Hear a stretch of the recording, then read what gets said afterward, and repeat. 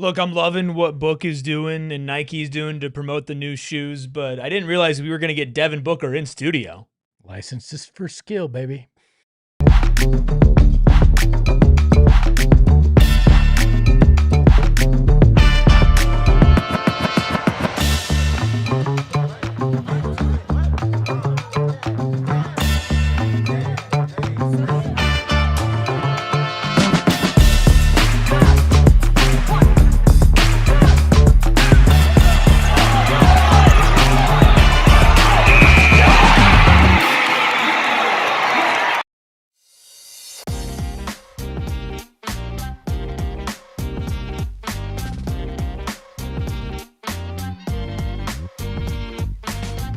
Psychos and sickos unite for a WizKid edition of the PHNX Suns pregame show, of course, brought to you by our friends over at Gila River Resorts and Casinos. You do you at Gila River Resorts and Casinos. Visit playatgila.com for more details. It's the last game of a homestand. I'm Eric. That's Gil. We got Espo, a.k.a. Devin Booker, and the freckled Mamba behind the Mac, making all of the magic happen. Of course, Steven at the Mortgage Matchup Center, where there was a Book 2 pop-up event. We'll talk to Espo, Ayrton, and Gil about how that was. Espo's rocking the new Book 2s, and it's a good day to watch some Suns basketball. Hit that like button, hit that subscribe button, become a member, become a diehard, and get ready to try to get to 9 games over 500, because tonight's a great opportunity against the Wizards. Just don't let off the gas. I mean, it's as simple as that, right? And this team has not done that all season, and you can't start tonight against a Wizards team that's going to be without their new acquisition. You got to go out there and just take care of your own business. Yeah, I believe the record is 14-4 against teams below 500 this season, which is a mark of a good team that takes care of business. The Wizards come in tonight 10-27. They've played better basketball lately, but it hasn't really translated to wins. So you play your game, you take care of business, it should work out in your favor. And look, you saw that against them when you were playing in Washington about a week or so ago. It was a relatively close game, but you kept them at bay the entire time. You end up winning by about 12, 15 points. So tonight, they are not going to have CJ McCollum or Corey Kispert, because obviously they were a part of the trade. Before we get to trade, let's talk about the event that happened outside. You three went out to the Book 2 pop-up event. They're playing some pickup basketball. Seemed like some pretty cool stuff going on. Yeah, cool event. Nike and Foot Locker threw out there for the Book 2s. Got to give them credit, because the first time that they did this with the Book 1s, they released them in Miami with that exclusive orange. This time they released the Phoenixes, aptly named, a week ahead of time out there behind the arena, and it was good to see. It was a cool event. Kind of walked you through a what do you call that? A shipping container that had all sorts of like the professional stuff from Book and the secret agent vibe they've been going with. We're fully stocked on the shoes. It was a fun event out there, and I give them credit. We're gonna have a full unboxing on the YouTube tonight, as well as a couple shorts about the event and a cool little message from Devin Booker himself that he put out there. So. Is that not what we just got? No, I'm just the professional. Okay, you're of you're podcasting. Of podcasting. I was like, don't you have a game to get to? Yeah. Well, I was confused. I mean, it's tough looking this good. Just like I'm like Book in my suit jacket tonight. So. We talk so much about community, and that was the coolest part, to see people, all different colorways of the Book 1s, in line to get the Book 2s, and also the ability to make the colorway available to his community before available nationwide. I think I was saying this when we were walking out.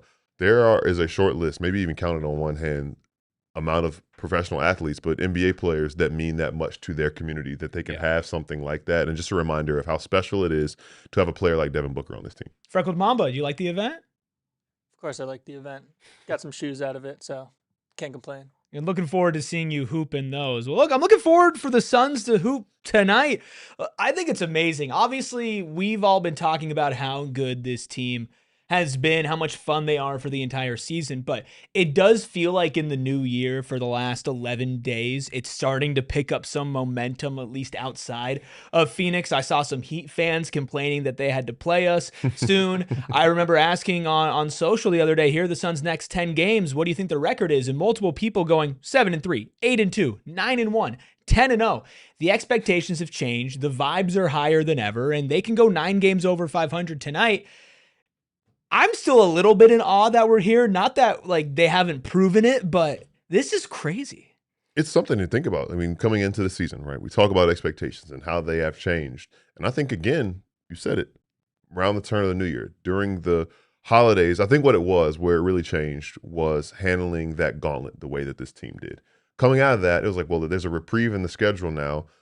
They can take a deep breath. There's still some tough parts of it. And then that back-to-back last week, beating the Thunder the way you did, going in and hanging in there in the game where you had a couple plays where it could have gone differently for you in Houston, and then bouncing back and taking care of business in Memphis.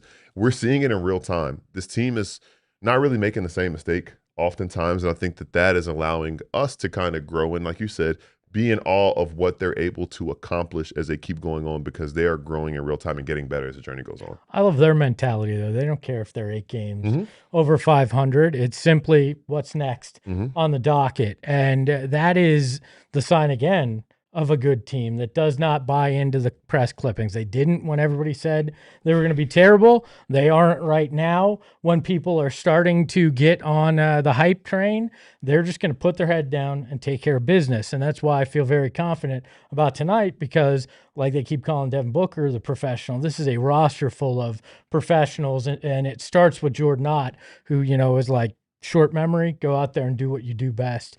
Play ball and play hard. Well, everybody on this roster has been disrespected or discounted for so long that half of a good season doesn't mean anything to them. Colin Gillespie's playing for the full time in the NBA for the first time in his entire career. He's 26 years old. Dillon Brooks, we've talked about it a lot this week with Memphis and with Houston, has been given up on by multiple franchises, traded or just told you're straight up not going to be brought back. Devin Booker is 17th in All-Star fan voting and has continually been one of the most disrespected superstars in the league. Like, the list goes on and on and on, to where that stuff doesn't just wash away because you're doing good in the regular season. Plus, we've seen teams be good in the regular season before, and it doesn't matter come postseason time, or you're in the West and you're not good enough. You're in the play-in, even though you're 8, 9, 10 games above 500. So it's almost like they continue to have this goal of, hey, we still have so much farther to go, even though we're already 2/3 of the way to where most of the people thought we were going to be as far as our win predictions. But when it comes to tonight, you're right, Espo. You just got to focus on tonight.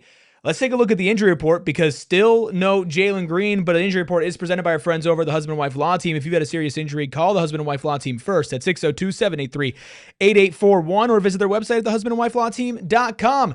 Jalen Green was getting some work in before the game in front of the fans. That is usually a very, very good sign as far as him being back soon. But no Jamari Bouye tonight, still out with concussion protocol. Jordan Goodwin, as he has been, is available with a mask, but we're getting close.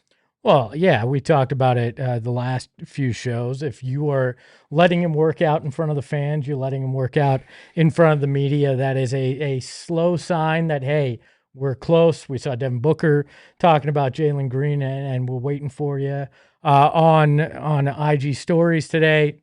We're probably a week or two away from this guy getting back on the court. To know, and thinking back to what Coach Ott said last game, he mentioned the words finish line. And like you said, they wouldn't have him in front of everybody. They wouldn't use language like that if we weren't right there. And it's really exciting to know that we're going to get a chance to see him on the court again, get a chance to talk about him again and talk about what he means to this team, what he's bringing to this team. It's just a matter of time. And now it's just a matter of, I guess, when at this point, because it was if for a long time. And also, a different aside, it's very weird to see Trae Young on a Washington Wizards injury report. Yeah, very weird. Trae Young's still out tonight. Who knows who's going to play for the tanking, Wizards this I season. believe is why. Yeah, tanking. And then Cam Whitmore is also out as well. Back to the Jalen Green thing, though. He kind of fits into where it's like this team continues to have something to prove. Well, they all have to imagine, like, think about how good we could be when Jalen Green comes back. Right? Everybody on this team wants to win a championship this year. I'm not saying that they're going to. I'm not saying they're going to make a deep playoff run. But everybody on this team wants to win a championship this year, probably feels like they can. That's the innate belief that you have to have. And if you've been playing 8 games, 9 games, possibly 10 games over 500 when Jalen Green comes back sometime this month, that is just another little boost, another shot in the arm to keep you awake, even though I feel like this is a team that never sleeps. Could you imagine coming to the year saying that this team could be, well, is 8 games over 500, like 38 games in, and Jalen Green will have played 30 total minutes? Could you imagine that? Yeah, we would have wheeled you off in a straitjacket and found you a nice new home. Okay, man. Yeah, sure. Okay, man. Sure. But I think to talk about this team, we said, one, hearing the good and negative press and just keeping your head down and working, but also accepting the challenge. And integrating Jalen Green back into the court is going to be a good challenge, but it will be a challenge to allow him to be him and also allow this team to still be who they are. But I think that they are relishing in that challenge, and they're going to relish in that challenge, and obviously knowing that it's going to make this team better and really increase the ceiling. I think we've seen this team's floor raised significantly, but now the ceiling we'll see get raised when he's back, whenever that's going to be. Yeah, and I know it's cliche to say, oh, well, your trade deadline acquisition might be Jalen Green when a guy's been hurt, but the reality is that is what that's like. And I taught, well, I'll say this. I have knowledge that this team is willing to make a trade, even if it pushes them well into the tax, if there's something to be made, but there's no pressure to make a deal at this point. And if they don't, there's no reason to sit $300,000 over that tax line. They'll maneuver to get under that just so they don't get those penalties. But there's nothing prohibiting this team from spending additional money over the tax line. So if there is, I know the chat was talking about Bobby Portis or somebody like that you feel it's worth going in on, and there's a deal to be made, they will do that if they feel it makes them a better team this year. Oh, Matt Ishbia and company maybe being willing to spend money. But I know people were questioning that. Well, sure, and I think that's completely fair, right? Because for everybody there, it kind of got them in the position where they had to earn this grace back. But like to be the Suns run by Matt Ishbia, who immediately when he came in is like, okay, let's put all this money forward. Like it wouldn't surprise me if they say, okay, like we're not gonna do the whole like big three swing thing again, but like we're going to do something. Like being willing to pay the tax is something that I think good owners are usually willing to do in certain scenarios. This team has proven that they deserve to have money spent. So you will have to get approval for everything. And I don't think that approval will ever get to the point where it's like, hey, we think that we can win a championship. We think we could do this. Will you foot the bill? He's going to be willing to foot the bill. Yeah, I think this just comes down to if there's a deal to be had that makes sense, that doesn't disrupt your chemistry, that puts you on another tier potentially in their minds, they'll do it, whether it's for the short term or for the long term. That extra additional tax isn't going to scare them off. And I'm not tax expert, definitely not one of those, but definitely not a cap expert either. But it is good to know as far as that there's things coming down the line with guys needing to be paid, and that goes into that equation as well. Yep. Don't think it'll be that much of an issue. Obviously, you'll have to do a little bit of, I guess, working around to figure things out. But other than that, I think I'm confident in knowing that they will make sure guys are taken care of. Yeah. Look, let's look short term. Let's look at tonight. Let's look at our Suns must-win meter, because I'm interested to see where everybody fell tonight. It's a high one. I'm not the highest, though. Espo, you're at a 10. Steven at a very high 7.5 for him. Ayrton's at an 8. Gil, you're at a 9. I'm at a 9.9. Espo, you're all the way up at 10. How dare you be so ridiculous? You can't lose at home to a team that's a bottom feeder that literally has less talent than the last time you saw them, because they traded two of their better players for Trae Young, who's not playing, to their better their veteran. McCollum was good. Their veteran presence. Yeah. Let's be honest. Their veteran presence that was scoring there with no Trae Young on the court tonight. You have to take care of business, because this is the kind of game that if you lose, everybody's like, see, we're not real.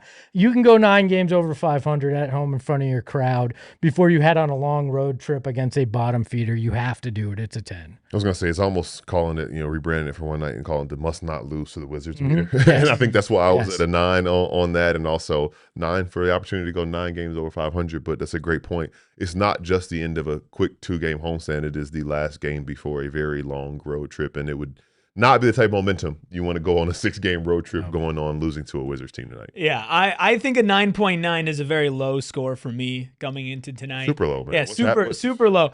Soft. I do think that coming off of the win against the Knicks, you've had a great week. Obviously, it would be bad to lose tonight. A 9.9 is pretty damn high. It'd be bad to lose tonight. You would be 7 games over 500 in the middle of January. This man makes the meter, then doesn't commit to it in a situation. He doesn't commit to the bit in a situation where it'd be embarrassing as all. This isn't a bit. Yeah, This is sure. this is real is life. real life. There's no bit going on. and you just don't feel it's important enough to be a 10. No, it's not. You know, No, like, it's not. yeah, I it mean, is. 10 is ridiculous. Let's be honest here. Look, I'm excited though to see what goes on tonight. I think a lot of different players could have an impact. I know usually we'll talk about Devin Booker and Dillon Brooks, and we will in a second. But let's talk a little bit about Rasheer Fleming, who's been getting an opportunity lately. We've seen him get 5 to 6 minutes in the rotation and do pretty well. This was Coach Ott pregame on how Rasheer's had a recent growth opportunity. Just the reps. I mean, for him to get into those big games in the second quarter, meaningful time, and then just for him to continue to grow. We understand mistakes are going to come. We don't want to repeat them. So that's what the overall group.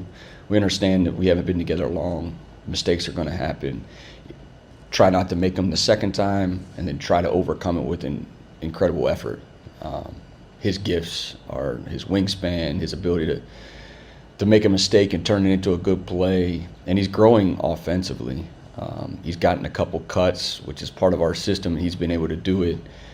He's able to play pick and roll as a screener and roll into the pocket, which he did in college. So he's going to continue to take steps. He just needs the reps out there, and we'll continue to give it to him. And he's got to come with us. We'll be patient, but this is also a group that is ultra competitive every single night. So we want him to improve, and we'll put our arms around him and help him improve. We talk so much about how difficult it is for a rookie to find their way in the NBA, just generally speaking.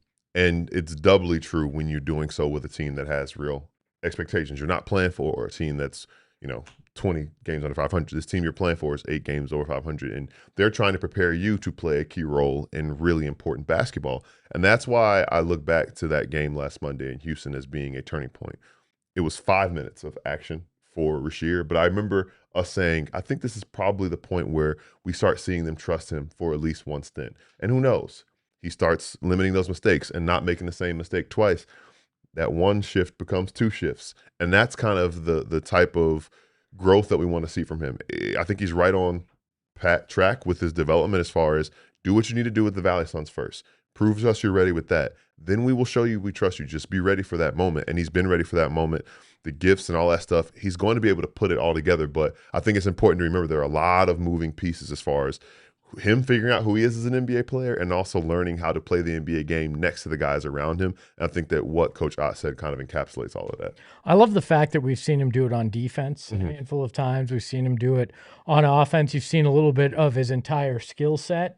And there's going to be a point where both of those things come together in one performance, and everybody's going to be like, oh, look at that. Got something here. That might be the power forward we've been looking for and talking about trades for, because this kid's got the size, got the skill, and got the ability. Yeah, and we saw it on defense in that Knicks game. Multiple Knicks players were afraid to attack the paint when he was there. On offense against Memphis, he hit some threes. He dunked on Jaren Jackson Jr. He had another cut against the Knicks. We also found him on that. And I think, like you said, Gil, stacking that is so important because I remember, Espo, we talked at the very beginning of the season when this team was 3 games under 500, 5 games into the season. And we were thinking to ourselves, like, man, if this is going to be the case, like, maybe the rookies aren't ready, but the only way they can really get ready is they have to see NBA action. And if you're going to continue to see that action, his growth is going to come along a lot faster than going to the G League. I'm glad that they had the hashtag plan and they built him up, and I think they've done it the right way, but we've seen him go in and out of the rotation. I need to see him stay in. I want to see him maybe get close to double-digit minutes tonight because you don't need your starters to play significant minutes against the Wizards and watch that growth. You shouldn't. You shouldn't. Yeah, You should. You can only do that if your starters in your second unit take care of business to give him those significant minutes tonight. Which I think they will. I've kind of given up on seeing Kaman this year, and I think that's okay. With where the team is. I'd love to be able to see him maybe in some Rasheer-like stints, but it just doesn't seem like he's in the plan. And if he was in the plan to be more incorporated, they wouldn't wait as long to get him in as maybe they are. I'm really glad that Ott didn't rush it and hit that panic button because they had a belief. I mean, if you think about it, they started 3 games under 500. They have a chance to go 9 over. That's a 12-game swing since the beginning of that. And it gave both Man and Fleming a chance to grow with that G League squad. And I hope this is where you do start to see Fleming get those minutes on the regular, slowly grow into a larger rotation piece. I think he's absorbed some of those Isaiah Livers minutes. I think he'll wind up taking a lot of that. If he continues to show it, and Ryan Dunn is still continuing to be a little iffy on offense, it would not shock me if he starts to take some of those rotational minutes as well, if he lives up to it. But for right now, I think a solid 5 to 8 minutes is what we're going to see until he proves that next evolution. And this is what we've talked about, recurring theme, especially since I've been here. With the trust from the coaching staff comes confidence in the player. And now if Rasheer goes in every night knowing I'm getting 5 minutes, and I know that I can get 5 minutes, and if I make a mistake, make it at 100 miles an hour and keep going and playing through it, that will only mean good things for him, because I think those mistakes will stop happening. So many times as humans, especially as athletes, you make a mistake because you're looking over your shoulder. You're thinking about, oh man, if I do this, or I miss this rotation, or I miss this open shot, I'm getting pulled. If he knows that he can continue to play, I think that will mean he'll play a little more freely. And I think that the best version of a young player who has all the physical gifts that he has is a version of them that's playing freely, because all the other stuff will just naturally happen because he's naturally gifted at the game. When we saw that a lot last year with Mike Budenholzer, when it came to both Dunn and Oso, it was they'd be in the rotation, he'd yank them out for a couple weeks. Like there'd be no consistency because they would screw up and they wouldn't get that chance. And I think that that like you said, screws with a guy. I think that's why the tempered approach to doing this with the young guys was the right way, because you didn't have to do that, because you didn't throw them into the fire and go, here's 10, 20 minutes early on because we're struggling, and then yank them out. This was, okay, we're going to do it when you're ready. Yeah, this franchise just seems like it has a plan for everything. And, of course, a big part of that plan was getting Dillon Brooks in the offseason. But I think everybody's a little surprised about his ISO scoring and the offensive impact that he's been able to provide. Jordan Ott spoke about that in pregame as well. I think, I've been around a couple of those incredible ISO scorers that are just so creative in their mind, and able to get to just a certain spot a different way. He does the same exact moves that we saw in July when he first came, in June, July when he first came to now. His other ability to get to the free throw line in some of that is very helpful too. So his game continues to grow. We'll continue to showcase as best we can exactly what his offensive skills are, but we're learning him day by day, game by game. It seems like he's just growing, and we'll grow with him.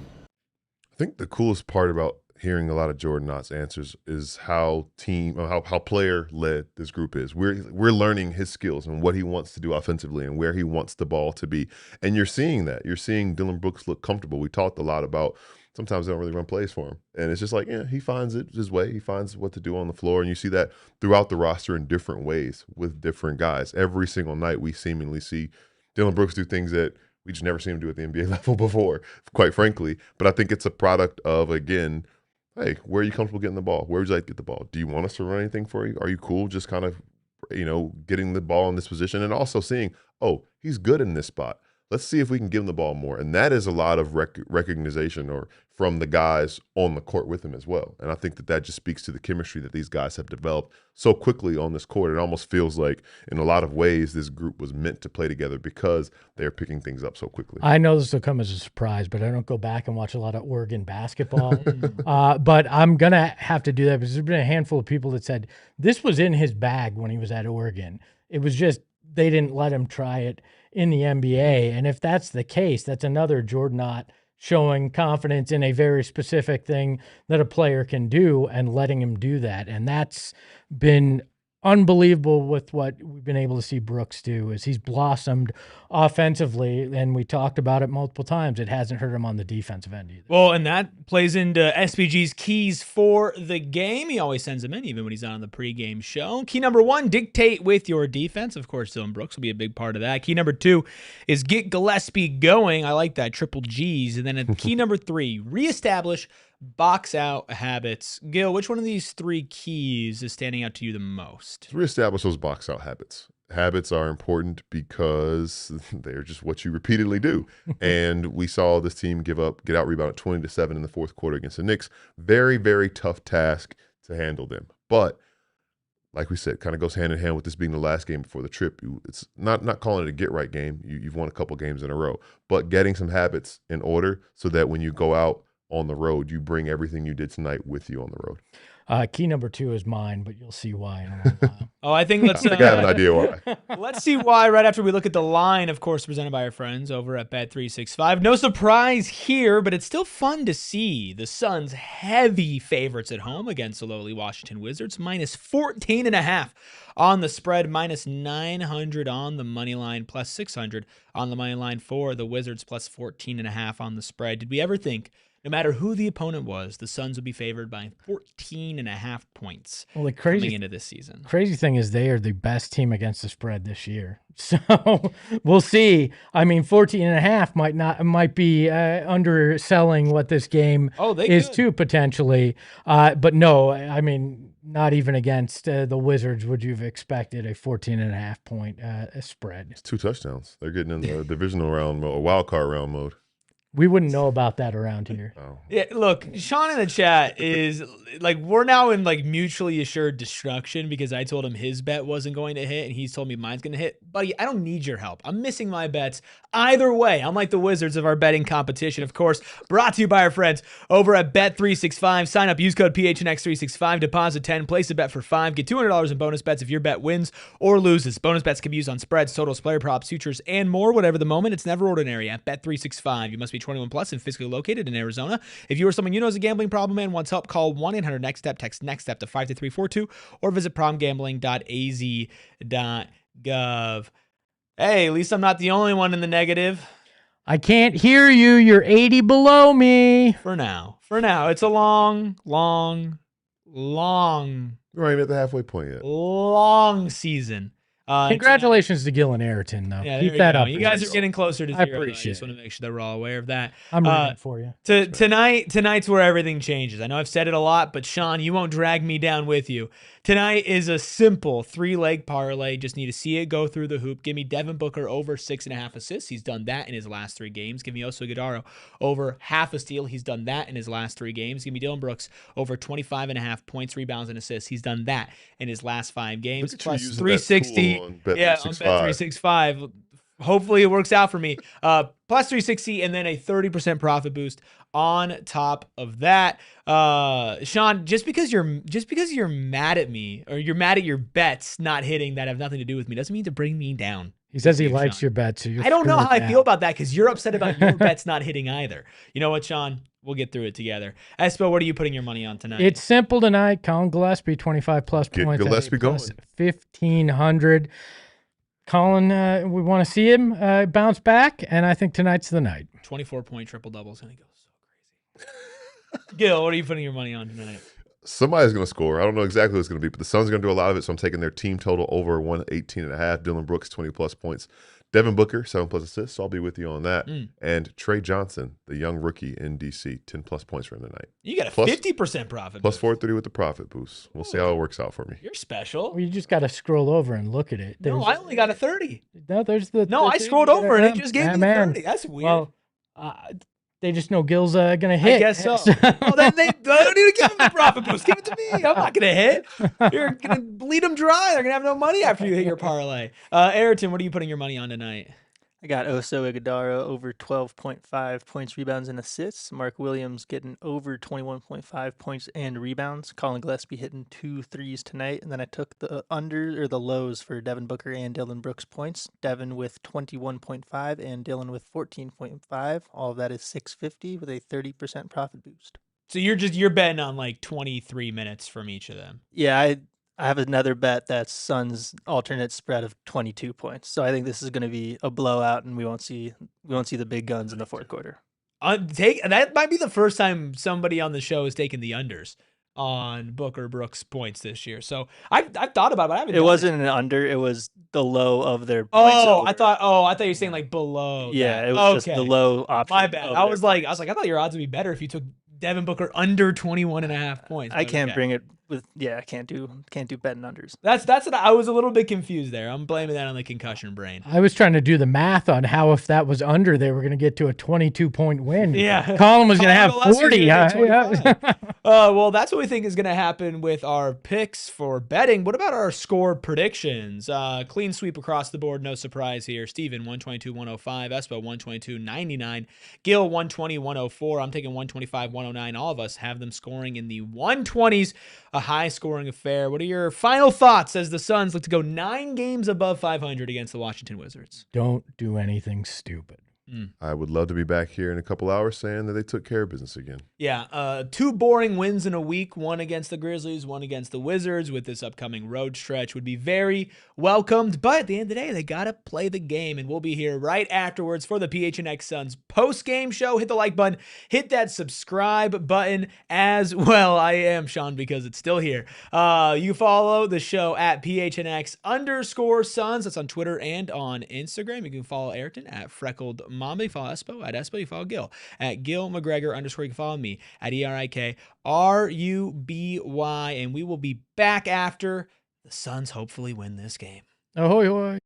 We all silly like the mayor.